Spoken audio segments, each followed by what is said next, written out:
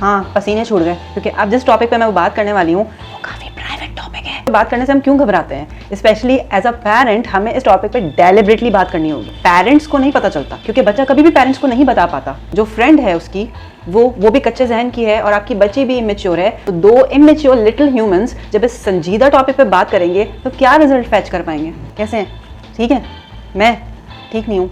वो असल में अभी बैंक अकाउंट खोलने जाना है। हाँ, पहली दफ़ा। अरे नहीं खुला ना। आप लोगों का खुल गया बैंक अकाउंट? ग्रेट। घबराहट क्यों हो रही है? क्या बात कर रहे हैं? पता नहीं क्या क्या करना होता है, पहले कौन से काउंटर पे जाना होता है, कौन सी चेकबुक, कौन सी स्लिप भरनी होती है। और अगर वहाँ जाके कंफ्यूज हो गई तो वो हंसेंगे नहीं कि बताओ इतनी बड़ी हो गई और इसको बैंक अकाउंट का प्रोसेस तक नहीं पता। आप लोग हंस रहे हैं ना, गलती की। आप लोगों को बताना ही नहीं चाहिए था। मैं अपना मसला खुद ही हल कर लूँगी। आप लोग जाए।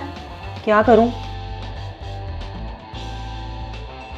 अगर आप भी एज अ पेरेंट अपनी बेटी को या अपनी घर की बच्ची को कॉन्फिडेंट और ख़ुद मुख्तार बनाना चाहते हैं तो उसके लिए फ़र्स्ट स्टेप ये है कि आप अपनी बच्ची का बैंक अकाउंट खुलवाइए। मगर इसमें सबसे ज़रूरी बात यह है कि आप अकाउंट खुलवाने के लिए साथ तो ज़रूर जाएंगे बैंक तक, मगर उस पूरे प्रोसेस से उस बच्ची को अकेले गुजरने दीजिए। Sound strange but that's true. क्योंकि अगर आपको याद हो, जब आप पहली दफ़ा अपना बैंक अकाउंट खुलवाने गए थे या गई थी तो वो इनिशियली बड़ा चैलेंजिंग रहा होगा। कौन सी डेस्क पे जाना है, कौन सी स्लिप फिल करनी है, कौन सा अकाउंट खुलवाना है, इन एक्सेट्रा। इनफैक्ट वो पूरा माहौल आपके लिए शुरू में बड़ा ट्रेजिक रहा होगा। ऑल्दो वहाँ के बैंक के जो लोग होते हैं वो काफ़ी कोऑपरेटिव होते हैं और वो आपको सपोर्ट कर रहे होते हैं, बट स्टिल आप बहुत नर्वस होते हैं क्योंकि आप पहली दफ़ा बैंक अकाउंट खुलवाने गए हैं। तो अगर आप अपनी बच्ची को वहाँ लेके जाते हैं अकाउंट खुलवाने के लिए और पूरा प्रोसेस खुद ही करके देने वाले हैं, सारी स्लिप वगैरह फिल करके, तो फिर वो क्रिटिकल थिंकिंग कहाँ से आएगी? वो खुद मुख्तारी कहाँ से आएगी? उस चैलेंज को, माना कि छोटा ही सही, पर उस चैलेंज से गुजरने की सलाहियत कहाँ से आएगी?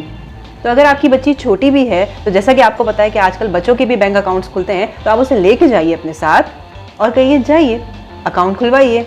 अब वो शुरू में ज़रूर परेशान होगी कि आप उसे बकअप करेंगे, उसे कॉन्फिडेंस देंगे कि बेटा कोई ऐसी बड़ी बात नहीं है, आप जाओ, वो आपको गाइड करेंगे। तो शायद जब वो अंदर जाएँ तो उसको कुछ समझ ना आए, वो थोड़ी देर के लिए घबराएगी, इधर एक डेस्क पे जाएगी, दूसरी डेस्क पे जाएगी, हो सकता है वापस पलट के आपके पास आए कि पापा मुझे नहीं समझ में आ रहा है, मम्मा मुझे नहीं आ रहा, आप कर दें। पर उस वक्त आपने उसे कहना है कि आप इस पूरे प्रोसेस से बेटा खुद करोगे, कोई ऐसी बड़ी बात नहीं है। आपने उसे इनकरेज करना है। इसके फ़ायदे ये होंगे कि एक तो बच्ची में क्रिटिकल थिंकिंग आएगी, प्रेशर को हैंडल करने की सलाहियत आएगी, डिसीजन मेकिंग आएगी और बहुत सारी चीज़ें वो सीख पाएगी। यहाँ बैंक अकाउंट की एग्जाम्पल मैंने इसलिए दी क्योंकि हम सबको इस बेसिक चीज़ों से तो गुजरना ही होता है। एक और प्रोसेस जिससे हम सबको ही गुजरना होता है वो है नेशनल आइडेंटिटी कार्ड। जी हाँ, NIC बनाने के लिए भी हमें ज़रूर जाना होता है और वो अगेन एक थ्रेटनिंग प्रोसेस होता है उसके लिए जो पहली दफ़ा जा रहा है। ऑल्दो ज़ाहिर है वो अगर NIC बनाने जा रही है बच्ची तो वो एटलीस्ट 18 साल की होगी, बट स्टिल वो बच्ची ही है क्योंकि उसको आदत नहीं है इस प्रोसेस से गुजरने की। और कुछ हम पेरेंट्स का भी फॉल्ट होता है कि हम अपने बच्चों को हमेशा जो है वो एक शेल में रखते हैं कि हम इस दुनिया से उसको बचा के रखें, मगर हम भूल जाते हैं कि हमें उस दुनिया में ही उसको भेजना है जहाँ वो डिफरेंट कॉम्पिटिशन्स विन करेंगे और अपनी लाइफ को जिएंगे। तो हमें अभी से उनको तैयार करना है ताकि वो बहुत ही स्मूथली आगे एक्सेल कर सकें, और ये तैयारी भी एज अ पेरेंट आपको ही करानी है। तो इसी तरह से जब आप NIC बनाने जाएँ अपनी बेटी का तो आप उसको पूरे प्रोसेस से अकेले ही गुजरने दीजिए। अब वो 1 बाय 1 डिफरेंट स्टेप्स पे जाएंगी, कहीं उनकी तस्वीर खींचेगी, कहीं उनके फिंगरप्रिंट्स लिए जाएंगे। अगेन वो प्रोसेस चैलेंजिंग होने वाला है, बट अगेन लर्निंग भी होगी। Third tip is grocery. जी हाँ, हम सबको ग्रॉसरी करने के लिए जाना होता है तो अमूमन हम अपने बच्चों को साथ ले जाते हैं। तो इस बार जब आप अपनी बेटी को साथ लेके जाएं तो वो आपके साथ ट्रॉली लेके जा रही होंगी। अगर आप किसी मार्ट में ग्रॉसरी करने गए हैं तो आप जो चीज़ें ले रही होंगी, पूरे घर का राशन ले रही होंगी, तो वो बच्ची नोट कर रही होगी कि मम्मा क्या क्या पिक कर रही हैं, और 1-2 बार आप उसे कहेंगी कि बेटा आपने नोट करना है और नेक्स्ट टाइम आप लीड करने वाली हो। फिर नेक्स्ट टाइम जब आप जाएंगी तो अब की बार आपने ट्रॉली संभालनी है और बच्ची को ये इंस्ट्रक्शंस देनी है कि अब की बार वो पूरी ग्रॉसरी बाय करने वाली हैं। न सिर्फ सारी चीज़ें पिक करनी है प्रॉपरली, बल्कि बिलिंग काउंटर में भी आपने उन्हीं को आगे करना है जहाँ वो पेमेंट करेंगी। आई नो कि आपको लग रहा होगा बहुत छोटी छोटी बातें हैं, बट यकीन जानिए इन छोटी छोटी बातों में ही बहुत बड़ी बड़ी लर्निंग है। इस तरह से वो हिसाब किताब सीखेंगी, घर में क्या क्या ग्रॉसरी आती है, कितनी आती है, कितने की आती है, ये सब सीखने वाली है। अब अगेन यहाँ पे मैं सिर्फ लड़कियों की बात इसलिए कर रही हूँ क्योंकि यूजुअली लड़कों को बेचारों को शुरू से ही जो है वो घर के कामों में जो है वो इन्वॉल्व किया जाता है। आई मीन आउटडोर कामों में, बेटा दही ले आओ, बेटा दवा ले आओ, एंड एक्सेट्रा एक्सेट्रा।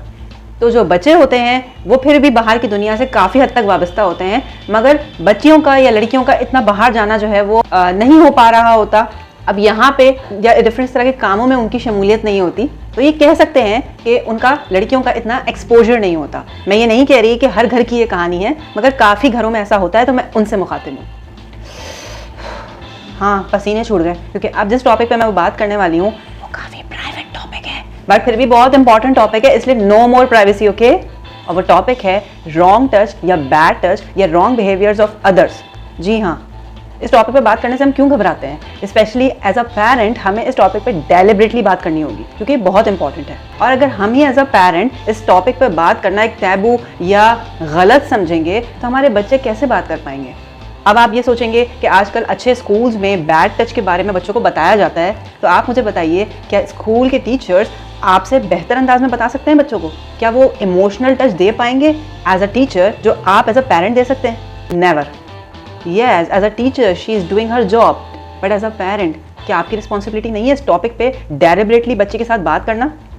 तभी तो ये वाक़यात होते हैं कि अगर बच्ची के साथ कोई बैड टच का वाक़या हुआ है या कुछ अब्यूसिव हुआ है तो वो अपने पेरेंट्स के साथ डिस्कस नहीं कर सकती। डिस्कस करना तो दूर की बात, अक्सर औक़ात बच्चियों को या बच्चों को समझ में भी नहीं आता कि उनके साथ कुछ गलत हुआ है, क्योंकि आपने उनकी काउंसलिंग ही नहीं की होती कि व्हाट इज़ गुड टच और व्हाट इज़ बैड टच। अब काउंसलिंग से मुराद ये नहीं है कि आप अपनी बच्ची को या बच्चे को लेके बैठ जाएं और उसे बताना शुरू कर दें बहुत ही संजीदा अंदाज में कि वो बेचारी डर जाए, और वो इतनी डर जाए कि वो आपसे इस टॉपिक पर खुल के बात ही ना कर सके।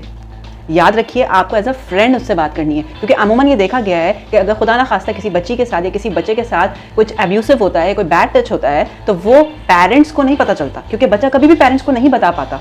बजाय पेरेंट्स के वो अपने फ्रेंड्स को बताते हैं। तो आपको लगता है कि वो जो फ्रेंड है उसकी वो भी कच्चे जहन की है और आपकी बच्ची भी इमेच्योर है, तो दो इमेच्योर लिटिल ह्यूमंस जब इस संजीदा टॉपिक पे बात करेंगे तो क्या रिजल्ट फैच कर पाएंगे? तो इससे लाख दर्जा बेहतर है कि आप एज अ फ्रेंड अपनी बच्ची की काउंसलिंग करें। और खुदारा इस टॉपिक पे बात करने से मत घबराइए, क्योंकि ये कोई बुराई नहीं है, ये भी और टॉपिक्स की तरह और मामलात की तरह एक तरबियत का हिस्सा है। एक और बहुत बड़ा मसला ये कि अक्सर घरों में बच्चियों को डिस्कशंस का हिस्सा नहीं बनाया जाता। वो समझते हैं कि इनकी शमूलियत इतनी ज़रूरी नहीं है, ये तो बच्ची है, आप दूसरे कमरे में चली जाओ या कोई ज़रूरी बात हो रही है। बेटा ये आपसे रिलेटेड नहीं, आप अपना काम करो। Is this the right way to talk to a little human who is more evolve than you? उसका माइंड आपसे कई गुना ज़्यादा शार्प और इवॉल्व्ड है। 20-25 साल पहले पैदा होके आपने कोई कमाल नहीं किया। हाँ, आपका एक्सपीरियंस उससे ज़्यादा है, मगर उसका माइंड आपसे कई गुना ज़्यादा शार्प है। सॉरी टू से, बट दैट्स ट्रू। तो अगर आप उसको डिस्कशंस का हिस्सा बनाएंगे, उसको अहमियत देंगे, तो इससे उसकी सेल्फ इस्टीम बढ़ेगी, वो अपने आप को ज़्यादा स्पेशल महसूस करेगी, वर्दी महसूस करेगी। याद रखिएगा, जब कभी किसी बच्ची का कॉन्फिडेंस किल हो जाता है तो सबसे पहले वो बात करना छोड़ती है, डिस्कशंस खत्म करती है। तो इसलिए उसको डिस्कशन करना सिखाइए। एक और बहुत संजीदा और अफसोसनाक मसला ये है कि कुछ घरों में मियाँ बीवी के दरमियान जो है वो कुछ मसले होते हैं, या फादर जो हैं वो मदर के साथ एब्यूसिव होते हैं, या जो भी उनके मामलात होते हैं, तो अगर वो बच्ची के सामने कर रहे हैं तो याद रखिएगा, इससे बड़ा नासूर उसकी ज़िंदगी के लिए कुछ और नहीं हो सकता कि वो अपनी माँ को अपने फादर के थ्रू एब्यूज़ होते हुए देखे। हो सकता है मियाँ बीवी उस झगड़े के बाद उसको भूल जाएँ, उस मामले को भूल जाएँ, मगर उस बच्ची की पूरी ज़िंदगी डिस्ट्रॉय हो सकती है। अक्सर पेरेंट्स के दरमियान जो है वो मिसअंडरस्टैंडिंग हो जाती है, तो कोशिश ये करनी है कि आपने बच्ची के सामने या बच्चों के सामने उसको एक्सपोज नहीं होने देना, क्योंकि आप तो हो सकता है अगले लम्हे भूल जाएं, मगर बच्चा या बच्ची के जहन में वो ज़िंदगी भर सेव होकर रह जाए। इसकी वजह से उसका कॉन्फिडेंस बहुत शेकी हो सकता है लाइफ के आगे के मराइल में वो ऐसा वियर्ड रिएक्ट करे, और जिसकी वजह आपका वो 5-6 साल या 10 साल पुराना झगड़ा हो सकता है। सो प्लीज़ इस मौजू को ज़रूर नज़रसानी कीजिएगा। एक और बहुत ही आसान बट बहुत ही कारामद टिप ये है कि अक्सर शाम के नाश्ते पे आप जब बैठें तो आप अपनी बच्ची के साथ एज अ पेरेंट स्ट्रेंथ्स और वीकनेसेस पे बात कर सकते हैं। उससे मुराद मेरी ये है कि आप अपनी बात शुरू करें कि बेटा मेरी तो लाइफ में ये स्ट्रेंथ्स है कि मैं बहुत अच्छे तरीके से ऑफिस में काम कर लेती हूँ, या मैं कुकिंग में बहुत अच्छी हूँ, बट मेरी वीकनेस ये है कि मैं 4 लोगों से बात करने में घबराती हूँ, या एक्सेट्रा। आप अपने आप से स्टार्ट करें, आप बच्ची को अपनी वीकनेसेस और अपनी स्ट्रेंथ्स बताएं। Same is the case with father अपनी स्ट्रेंथ्स और वीकनेसेस बच्ची के सामने डिस्क्लोज करें, फिर उससे पूछें। हो सकता है उस मीटिंग में नहीं, उस वक्त वो अपने आप को थोड़ा संभाल ले या सोच ले कि उसकी स्ट्रेंथ्स और वीकनेसेस क्या हैं, क्योंकि उससे पहले उसने कभी सोचा नहीं होगा। नेक्स्ट डे आप उससे पूछ सकते हैं कि बेटा आप अपनी स्ट्रेंथ्स और वीकनेसेस बताइए। उससे होगा क्या? आपको कोई फर्क नहीं पड़ता कि उसकी स्ट्रेंथ्स और वीकनेसेस क्या हैं। बेसिकली आप चाहते हैं एज अ पेरेंट कि बच्ची अपनी स्ट्रेंथ्स और वीकनेसेस को एक्नॉलेज करे और ये भी उसको समझ में आए कि कुछ वीकनेसेस होती हैं इंसान के अंदर और उनको वक्त के साथ दूर किया जा सकता है, पर दूर करने के लिए एक्नॉलेज करना, उनको जानना ज़रूरी है। तो इस कॉन्वर्जेशन के थ्रू बच्ची अपनी वीकनेसेस को समझ सकेगी और ये भी समझ सकेगी कि जब मेरे पेरेंट्स के अंदर वीकनेसेस हो सकती हैं इस एज में, तो मैं तो अभी बच्ची हूँ, तो मेरे अंदर भी वीकनेसेस हो सकती हैं और मैं आहिस्ता आहिस्ता उसको लर्न करके अपनी स्ट्रेंथ की तरफ शिफ्ट कर सकती हूँ। अगेन कॉन्फिडेंस बूस्ट होने वाला है बॉस। वो चिड़िया है, उसे उड़ने दो, खुली फिजा में चहकने दो, माँ बाप हो तुम बस पंख लगाओ और पंख लगा के उड़ने दो, वो चिड़िया है उसे उड़ने दो। तो आई होप मेरी ये वंडरफुल और क्रेजी वीडियो आपको बहुत पसंद आई होगी। तो अगर आप भी माँ हैं या बाप हैं एक बच्ची के, या फादर फिगर या मदर फिगर है, चाचू फूफो खाला या कोई भी है, तो ये वीडियो सिर्फ और सिर्फ आपके लिए है। तो प्लीज़ इसे लाइक कीजिए, शेयर कीजिए अपने रिलेटिव्स के साथ और कमेंट करके मुझे ज़रूर बताइएगा कि मेरी ये कोशिश आपको कैसी लगी। यकीन जानिए ये वीडियो भी मैंने और वीडियोस की तरह पूरी दिल की गहराइयों से बनाई है और अगर किसी एक बच्ची का भी इस वीडियो से फ़ायदा हो जाए तो मैं समझूंगी कि मेरी कोशिश कामयाब हो गई। वीडियो को लाइक ज़रूर कीजिएगा, कमेंट करके बताइएगा कैसी लगी, क्योंकि आपके कमेंट करने से मुझे इंकरेजमेंट मिलती है। और चैनल को सब्सक्राइब ज़रूर कीजिएगा ताकि मेरे आने वाली वीडियो से आप बाखबर रह सकें। तब तक के लिए अपना ख्याल रखिएगा, दुआओं में ज़रूर याद रखिएगा एंड स्टे ट्यून्ड।